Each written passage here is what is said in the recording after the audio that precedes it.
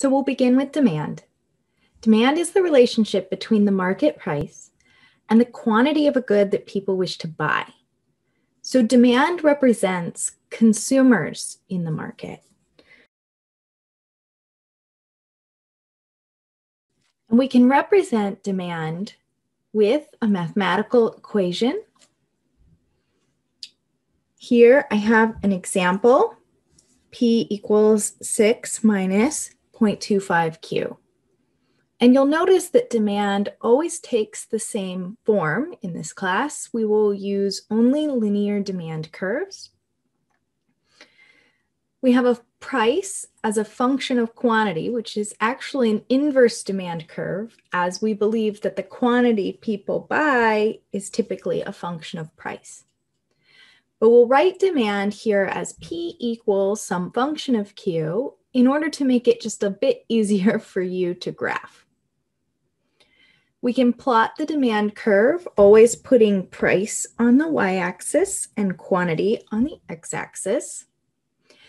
That means that this equation, P equals some function of Q, is analogous to your y equals mx plus b, which hopefully you remember from your math classes. But we'll practice this throughout the semester, so don't worry, you'll become a pro in no time. I'll remind you here that m is the slope of the demand curve, or I guess the slope of this generic equation. And b is the y-intercept. Notice the m is next to the x variable and the b is by itself. So now looking at this demand equation, what is the y-intercept of this? It's the number by itself, which is the 6. So the 6 is the y-intercept, and this negative 0.25 is the slope. So when I'm plotting the equation, I want to label 2 points, the 2 intercepts, and then I can just draw a straight line between because we'll always have a linear demand curve. So the y-intercept I have right here in the equation, that's 6. And then the x-intercept I get by taking my y-intercept divided by my slope. So here my x-intercept will be 24, which is 6 divided by 0.25. To see that, you can plug in 0 for price, right? This is the quantity demanded when the price is 0. And then solve for quantity, and you'll get this answer. So you can plug in 0 if you want, but the easiest thing to do is just label your y-intercept, take your y-intercept divided by your slope, and that will be your x-intercept. So we can just draw a straight line here to represent the demand equation.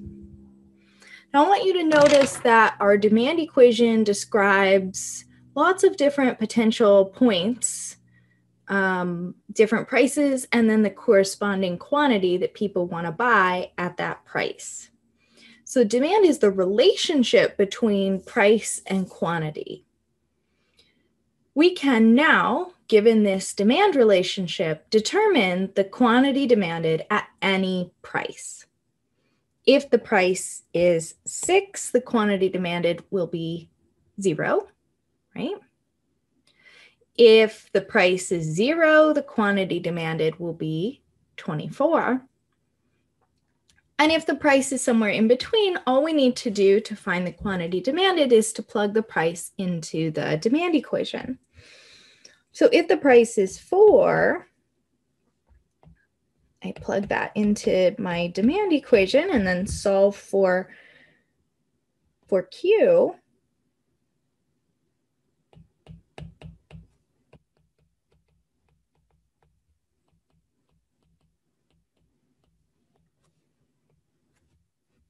I get 0.25 Q is equal to 2. So Q is equal to 2 divided by 0.25, which is 8. So if the price is 4, I know I come over to my demand equation, it tells me that the quantity demanded is 8. Likewise, if the price is 2, I plug that into my demand equation, and it tells me that at a price of 2, the quantity demanded will be 16.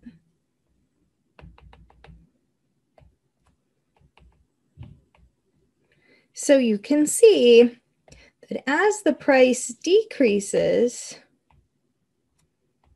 that causes the quantity demanded to increase. In other words, the demand curve is downward sloping. The relationship between price and quantity is negative. Or in other words, there's an inverse relationship between price and quantity. And this is something that you already know to be true because you're a consumer and you are much more likely to buy something if it's cheaper, right? As the price goes down, you buy more. As the price goes up, you buy less. And sometimes we refer to this as the law of demand.